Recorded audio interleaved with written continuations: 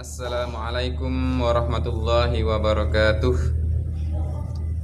Bismillahi walhamdulillahil wahhabil mannan al-mun'imi alaina bi ni'matil islami wal iman. Wassalatu wassalamu ala rasulil arabil amin wa ala alihi wa sahbihi ajma'in wa man tabi'ahu bi ihsan. Rabbi shrah li sadri wa yassir li amri wahlul 'uqdatam min lisani yafqahu qawli. Wa qala Rasulullah sallallahu alaihi wasallam, khairukum man ta'allamal Qur'an wa 'allama. Sahabat-sahabat dimanapun berada, hari ini Sabtu 27 Februari 2021.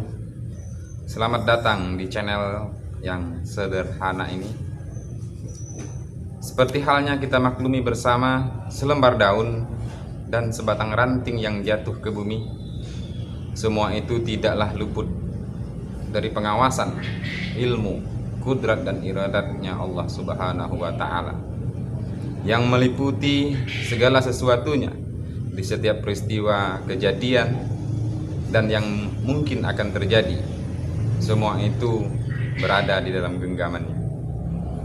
Begitu pula kiranya pertemuan kita kali ini bukanlah sebuah kebetulan, karena kita tahu di setiap gerak-gerik kita, ucapan dan perilaku kita, semua itu tidak akan terjadi tanpa seizin.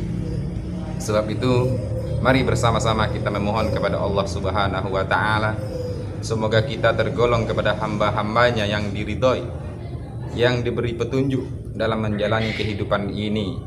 Puncaknya, di setiap ucapan dan perilaku kita, Allah jadikan semata-mata sebagai wujud dari penghambaan kita kepadanya, serta dinilai ibadah menuju mardhatillah. Sahabat-sahabat dimanapun berada, sebelum kita memulai, mari bersama-sama kita mendengarkan adik kita Uwais Al-Qarni untuk membacakan ayat suci Al-Quran. Udah siap? Uwais, ngajinya di mana? Sudah juz berapa? Sudah juz 6. Coba Uwais baca. A'udzu billahi minasyaitonir rajim. Bismillahirrahmanirrahim. Wa idza nadaitum ila sholati takhuzuha huzwa wa la'iba. Dzalika bi annahum qaumul la ya'qilun. Qul ya ahlal kitabi hal tankimuna minna illa an amanna billahi wa ma unzila ilaina wa ma unzila min qabli Terus. wa anna aktsarakum fasikun. Shadaqallahul azim. Sahabat-sahabat dimanapun berada, seperti yang kita ketahui pada list judul, saya mengangkat tema dengan judul metode cepat membaca Al-Quran. Sebelumnya saya ingin menjelaskan metode ini bisa dikatakan kurang cocok atau kurang tepat untuk anak yang berusia 5-6 tahun. Karena kita tahu anak-anak di usia ini rata-rata mereka belum mampu membaca buku bacaan Indonesia. Dan idealnya metode ini sangat cocok dan bisa diterapkan kepada anak yang sekurang-kurangnya telah duduk di bangku sekolah dasar, kelas 1, kelas 2 dan seterusnya. Bahkan metode ini bisa sahabat praktekkan di rumah.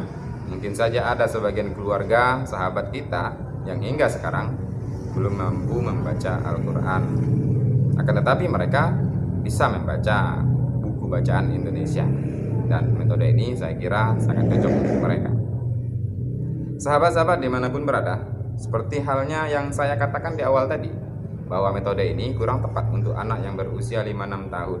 Artinya bukan berarti tidak bisa diterapkan kepada mereka. Hanya saja ketika pengenalan huruf hijaiyah, maka harus dibarengi pengenalan huruf abjad Indonesia. Dan ini sudah saya praktekkan sendiri kepada adik kita Uwais Al-Qarni, yang mana adik kita ini saat sekarang usianya belum genap 6 tahun, tepatnya 5 tahun setengah kurang lebih. Alhamdulillah sudah bisa membaca Al-Quran dan membaca buku bacaan Indonesia. Sahabat-sahabat dimanapun berada, saya ingin menguraikan metode cepat membaca Al-Quran yang ingin saya dokumentasikan di sini.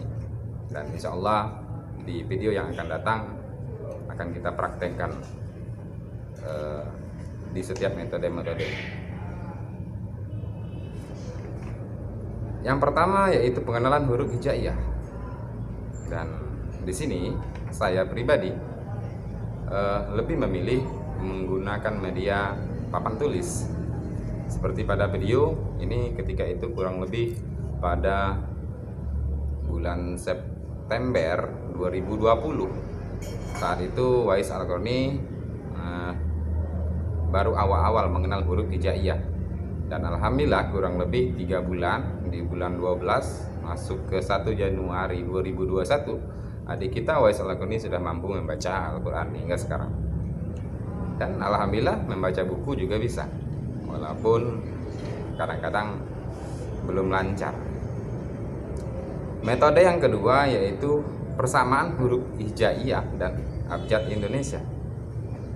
Jadi setelah mereka tahu dan kenal huruf hijaiyah, sehingga mereka tidak lagi ragu antara shod dan dot, to dan zo, maka metode selanjutnya yaitu mereka harus tahu persamaan huruf hijaiyah dan abjad Indonesia. Meskipun beberapa huruf hijaiyah bisa dikatakan tidak bisa disamakan dengan huruf Indonesia ini, mungkin nanti akan kita bikin pengecualian untuk huruf-huruf yang tidak bisa, seperti ain, arin, dan seterusnya. Contoh, ba, persamaan huruf Indonesia berarti huruf apa, Wais? Ba, Babi. pi, ta, to, persamaan Indonesianya huruf apa, Wais? Ta, to, Tato sama yang T. ti, fa, sin, shin, persamaan Indonesianya huruf apa, Wais? Esin. S. S, dan seterusnya. Yang keempat, mengenal persamaan harokat atau baris huruf Al-Quran dengan abjad Indonesia. Artinya, seperti kita ketahui, di dalam Al-Quran itu sendiri ada baris kasroh, fathah, dan dhamma. Fathah, kasroh, dhamma. Atau di sini di tempat saya orang lebih mengenal baris atas, bawah, depan. Jadi di dalam metode ini kita akan mengenalkan kepada anak didik kita persamaan antara baris huruf Al-Quran dan abjad Indonesia itu ada persamaan. Ketika baris atas maka persamaannya huruf apa, Wais? A. Dan ketika baris kasroh atau baris bawah maka persamaannya huruf apa, Wais? I. Dan ketika baris dhamma atau depan maka persamaan Indonesianya huruf apa, Wais? U. Dan ini di metode yang ketiga ini anak-anak sudah bisa membaca, walaupun belum, nantinya tidak akan mengeja lagi. Seperti nanti kita akan, insya Allah nanti akan kita peragakan. Dan selanjutnya mengenal mat dalam bacaan Al-Quran. Bahasa sederhananya di tempat saya orang lebih mengenal panjang pendek dalam bacaan Al-Quran. Jadi nanti akan kita kenalkan kepada mereka ini yang harus panjang dan ini yang harus pendek dan seterusnya. Dan penutup pengenalan tajwid seperti izhar, ikhfa, idgham, iqlab dan sebagainya. Nah, adik kita Wais Al-Qarni belum mencapai metode yang kelima. Adik kita Wais Al-Qarni baru di metode yang keempat. Alhamdulillah sudah mampu membedakan antara yang panjang dan pendek dan di metode yang keempat. Sahabat-sahabat dimanapun berada, demikian metode-metode yang akan kita peragakan nantinya insya Allah di video-video kita yang akan datang. Sebelum saya akhiri, saya ingin membacakan sebuah makalah Arab yang berbunyi, tarjun najata walam tasluk masalikaha innas safinata la tajri al yabas. Wais Al-Qarni, baca artinya Wais.